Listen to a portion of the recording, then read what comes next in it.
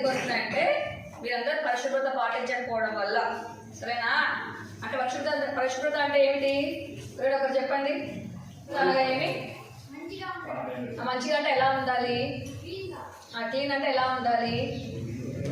చెప్పు చెప్పు, నీకు తెలిసినవి చెప్పు, పర్వాలేదు చెప్పు, నీకు తెలిసిన విషయాలు చెప్పు. ఎలా సాంచాలిక ఇంకా సాండ్విచ్ ఉతికిన బట్టలు వేసుకోవాలి. తర్వాత బట్టలన్నీ శుభ్రంగా కుదురుకోవాలి. నెక్స్ట్ ఇంకేం చేయాలి? భోజనం చేసే ముందు, భోజనం చేసిన తర్వాత చేతులు శుభ్రంగా కట్టుకోవాలి. సరేనా? సరే కూర్చోవాలి. Very good. చూడండి మా, నేను ఇప్పుడు మీకు అందరికీ శుభ్రంగా ఎలా ఉండాలో చెప్తాను. మీకు అందరికి ప్రాబ్లం రావడం కారణం ఒకటే, ఒకరి వస్తువులు ఒకరి వాడుకోవడం వల్ల.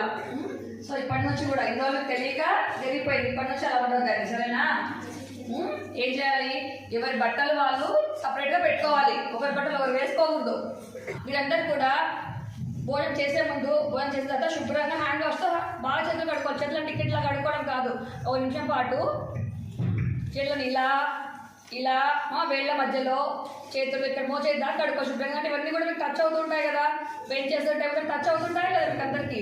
సో ఇక్కడ మొత్తం చేతులు శుభ్రంగా ఇరుక్కుపోతాయి కదా, దానివల్ల పళ్ళ సమస్యలు చాలా వస్తాయి మీకు. అందరు రోజు బ్రష్ చేసుకుంటారు ఫస్ట్ పొద్దున్నే, రాత్రి పడుకున్నంత కూడా చేసుకోవాలి.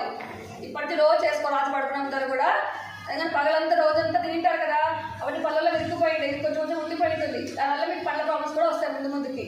కాబట్టి రోజు నా పడుకున్నంత కూడా బ్రష్ చేస్తూ పడుకోవాలి అందరూ. ఇవన్నీ రోజు పాటిస్తే మీకు ముక్కాలు అంటే చాలా వరకు మీ సమస్యలన్నీ రాకుండా చూసుకోవచ్చు మీరు అందరూ. థ్యాంక్ యూ అమ్మా.